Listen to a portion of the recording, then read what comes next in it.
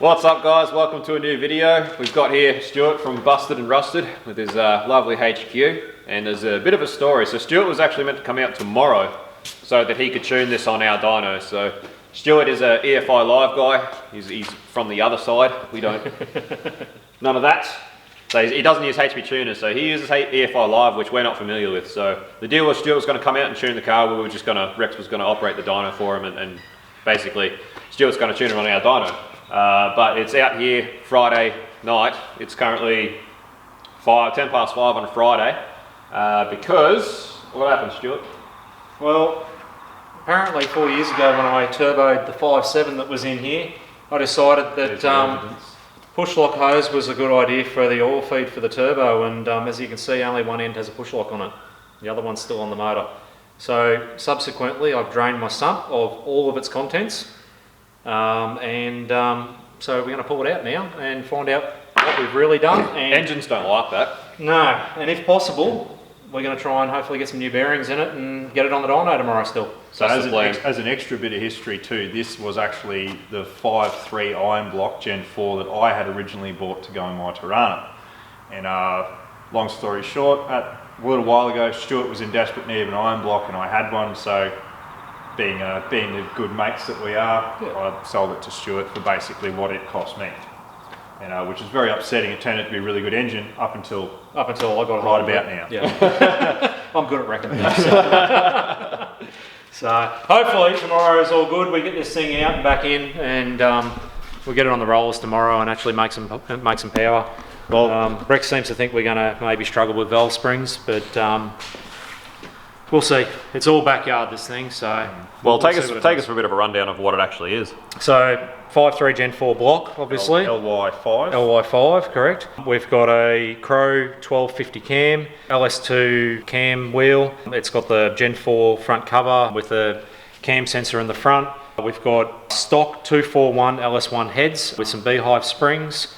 Stock LS1, LS6 late model manifold, stock LS1 throttle body, 1000cc Bosch ID injectors, got Turbo Smart fuel pressure reg, rising rate, some unknown brand name intercooler that came from Marketplace, Turbo Smart brace port and Turbo Smart blow-off valve. We've got a genuine Garrett GT4202R, and it's an older one with a 6-bolt rear and not V-banded. It's a T6 and it's a T6 divided job, this one, yeah.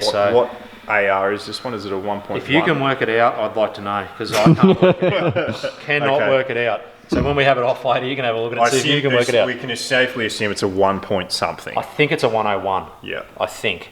It's pretty responsive, saying that it was on the 5.7, so we'll see what it's like on the 5.3 with a smaller motor. But apart from that, this thing's got ARP bolts in the top, what do we say, LS1 head gaskets. It's nothing really special. How much do you reckon it all owes you? Owes, by the time I sold my LS1 that I pulled out of here, this thing pretty much owes me nothing. Yeah. So there you go. You know, it's been a very, very cheap project. So the plan just now. Till just now. So the plan is £20. Tells me how much it's going to cost me. So the plan is £20 on 98 with this cam. Correct. How much power do you expect? I'd like to see it tickle 800. 800? Yeah, I'd like to. It'd be interesting. We'll see. I mean, unopened 5.7 went 521 at £10. And stock valve springs? Stock valve springs, stock everything. Never been apart. With this exact hot side setup. Yep. Exactly. It looks the same. Yep. So there's no real change apart from a bottom end and some valve springs and a cam basically on this. Everything else is pretty much the same. So my opinion is that of this whole combo, I think the single beehive springs are what's going to hold it up. What's going to end up going to be the first wall. Yeah, I think it's got plenty of rear housing. It's got plenty of hot sides. It's proven that on the 5.7 combo. Yep. Stuart only had a single 255 fuel pump. He's chucked in a second to 05. 205. So I think we've got enough fuel. I think we've got enough turbo.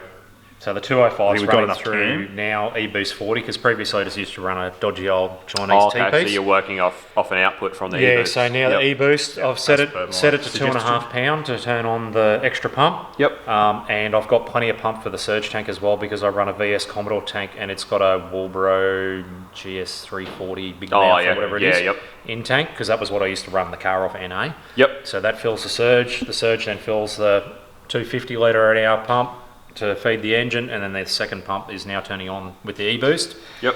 And if I can get the RPM signal to work again, the e-boost should have the RPM signal in there, so we can muck around with boost by RPM if we Get some duty cycle in top of the run. Yeah, exactly. I don't. Yeah, we'll see how it goes. So, we shouldn't really need to do that with this turbo, but rest of the driveline, 4L80. We've got converter shop, $3 grand, 3.2 somewhere around there. I don't know what it's going to do with this smaller motor, to be honest. So, but that's my guess. It was sort of about 3.4 before. Yep.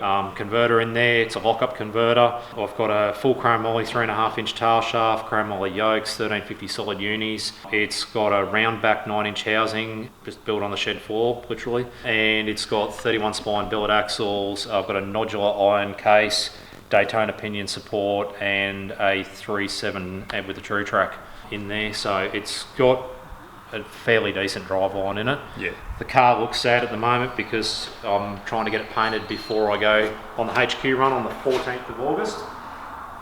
I may get painted between the HQ run and Power Cruise yet, I don't know. We'll see what ends up happening here. Yeah, I might not even go to any of it yet. Priorities. We'll get this thing running first, get it tuned first, go from there and see where we go. The car itself, I've had it for 10 years now. It was painted 10 years ago, but not garaged, not looked after.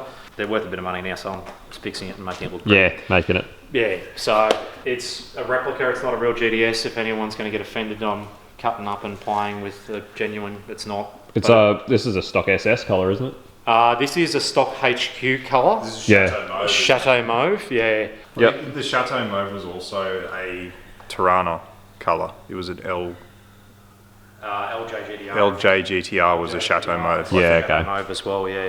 And yes, the GDSs and stuff and the Kiwis. Very good. Was an optional colour. So this car was metallic brown originally. So yeah, poo brown.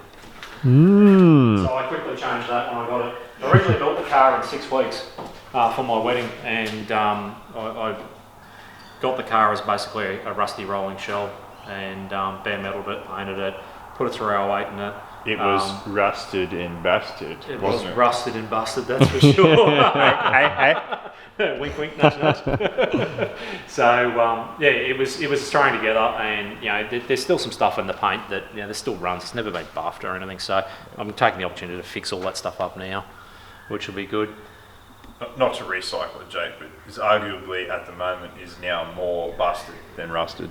It that is correct? definitely more busted than rusted at the moment. Yes, it still has a couple little spots of rust, and it's extremely broken. Yeah. All right, guys. So I won't be here through the night because I'm going to go home and go to sleep in my bed. But if you want to see, I have a family. yeah, I've got Ooh. a family I have to. I have So people that want me to be around.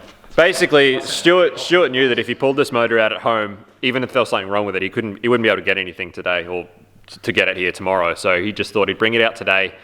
We've got bearings and stuff in stock, so you know it's much better him doing it here than at home. So he's hoping that Rex and Stuart are hoping they can get this out, get it sorted, and get it back in this tonight so that it can get ready for the dyno tomorrow. Sorry, just say that again, Stuart. I said hopefully I haven't picked up a piston.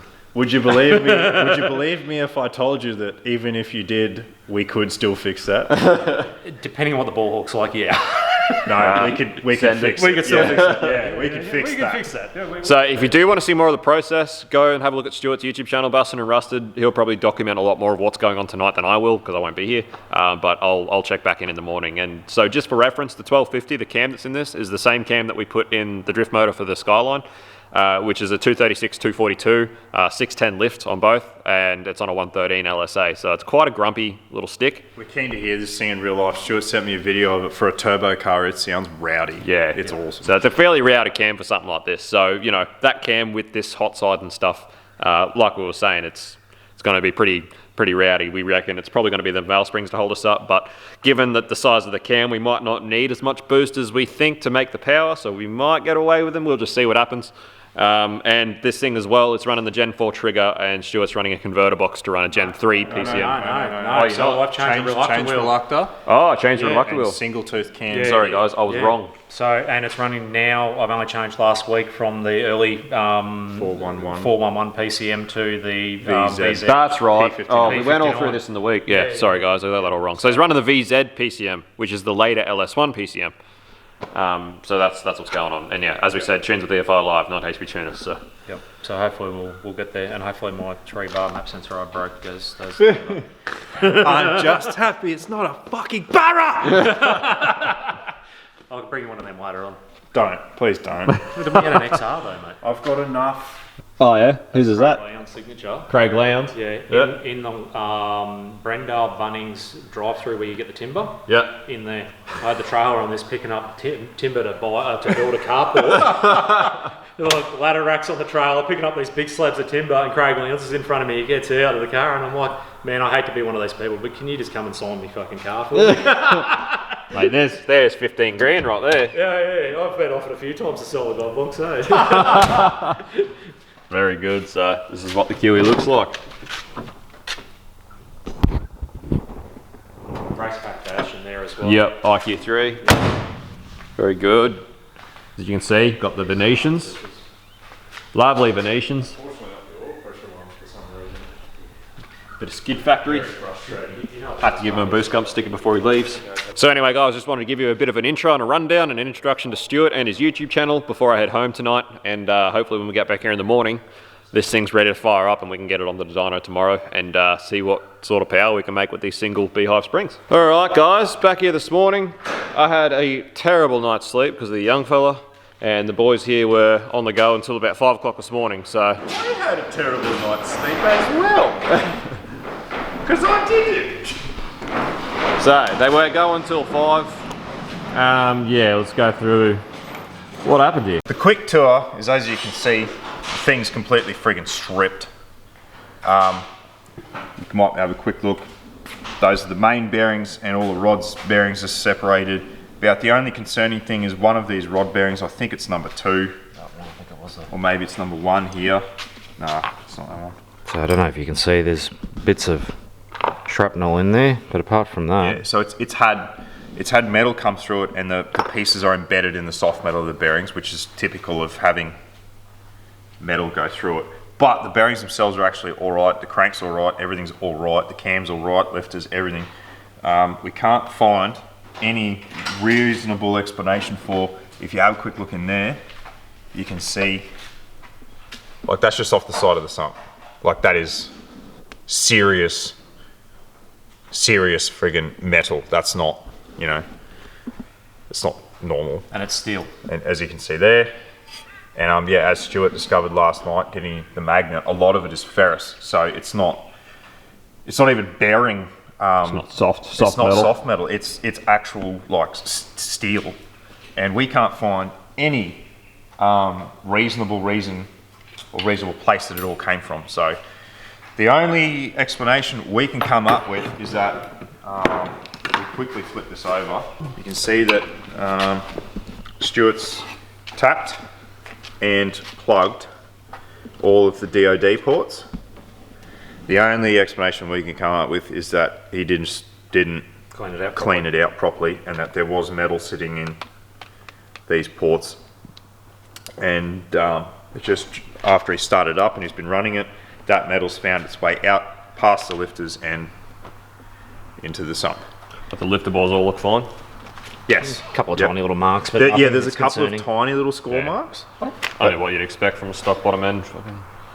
However many mile old. Well, as we discussed last night, yeah, we don't know what they looked like before. Yeah. You know, this thing, when I got it and then I sold it to Stuart, and the thing was in really good condition. Like those are they're still the original bearings. He didn't re-bearing it, just pulled it apart, gapped the rings and put it back together with those bearings. They're all GM bearings, so we have to assume that they're all the standard bearings. So we don't know what fairly low mile engine. Yeah, it was a very low It was pretty clean inside. Yep. So we are assuming it had a lifter issue. They've pulled it apart to try and fix it because there's writing on the crank, there's writing in different places. Had a new oil pump in it. It had a new oil pump on it and some other bits and pieces. So yeah, the point is though is that there's a couple of tiny little scores on the lifter boards, but we don't know if they were there beforehand. So we really don't know. Yeah. But we can't find anything anything concerning or anything actually wrong. No, we're happy to So we're just going to put it back together. We don't even have time. We discussed it last night. We don't even have time to do all of our normal bearing clearances and checks. We're pretty much just going to do it by feel as we go. Just Yep. It's It's all already standard. been running, so. yeah, well, it's all standard. We're putting new bearings in it because Oh, you are putting new bearings in it? yeah, New because bearings, they have Scores? well, steel embedded in them. Yeah. So we are putting new bearings in it. Everything's standard, but we're not doing our usual checks just because we don't have time. We talked to Stuart and we're happy just to Yep, Yeah. slam it together. just to slam it together. Obviously, like we've got Send all the it. mains in and it turns over good. So we're pretty much just doing it by feel at the moment and just fingers crossed, hope and pray that it's all good. So Sounds good. Yep. that's where we're at. So, as I'm pretty sure I discussed last night before I left, the plan was just to flip it over and pull a couple of rods and maybe pull the mains to make sure no damage had been done to the bearings. But when they found that much steel in the sump and the bearings with no telltale signs of where it came from just by looking at the bearings, it sort of forced them into a situation where they pretty much had to strip the whole engine down to try and to make sure it wasn't coming from somewhere else, somewhere in the top end. So You got to keep going until you find And where it yeah, came and from. you need to make sure can that see- we clean the all the oil galleries out to make sure that there is no more. yeah, get all the steel Because out we of don't it. want to So start up the engine That's with new why- bearings and have Yeah. that go through it So again. that's why it's ended up this far pulled down. Yeah, same thing. We looked at the cam bearings. They look, even for an LS, they actually look all right. Yep. Like better than normal. Yep. All the cam lobes, they got a couple of tiny little marks. Again, would be telltale signs of the fact that it had metal in the oil, but Nothing. it's to worry not where about. the metal came from. If you know what I mean? Yep. And nothing's going to hurt the can. We'll just clean everything up, put it back together, and Send it. send That's it. exactly right. Put all the boost in it. Yeehaw. All right. It's going together, but it is getting on. Always get put a little bit behind schedule, but We're not going to rush it though. Like it gets done as it gets done. We Yeah. just want to do it right. sorry neighbours if this ends up on the dyno tomorrow, which is probably going to be the case. Oh, I was thinking probably late at night, but all right. Tonight. I don't think Stuart's mate will be up that time anyway. We'll see. We'll just see what we get to. See how we go. Yeah. But as you can see, bottom end's mostly together, cam's in, so trying to start on the top end now, get the lifters back in. Everything that needs to be cleaned has been cleaned, so Well, that's all the bad work out of the way. yeah, It's exactly. actually really nice having someone else here. He puts all the assembly lube on the bearings and stuff, and I just get it handed to me. I just got to put it in. See, I've been saying it'd be good to have a better set of hands around. Yeah, who wants to volunteer to do it for free though? Exactly. Pays shit. Final touches. It is getting there. It is very much. Very close. We'll have it running tonight and probably get it, like you said, get it on the rollers. But I don't know if we'll actually get into much tuning tonight. We might have to just do it tomorrow. Yep, sounds about right. We might do a road tune. Hey. We might go for a road tune. All I'm thinking is, if we can get it on the dyno tonight, I might even do just. All right, she's back together. Stellar effort. Long day. We had a few. As you can see, we've been doing a bit of cleaning up, sold a few things and stuff. So we've had people coming and going all day. So it has been a bit of a stop-start day. So it's not just been smashed through it all. It has been a pretty stop-start. So stoked to see it all back together, and she's just about ready to go back in. Yeah, just got to stick the flex plate on when it comes off the stand and bang it in the hole. There we go. So plan is the boys are going to get it in tonight, get it running. Maybe just get it on the dyno and just do a little bit of light cruise stuff, and just Rex is going to have a look around the FI Live and familiarise himself with what's going on, and just try and get idle and everything sorted. And we'll wait till the boys will wait till tomorrow to do some power runs. So I might be able to duck away over here in the morning to get a bit of footage. But then I've got plans for lunch tomorrow. So End up with 800. put it down to me.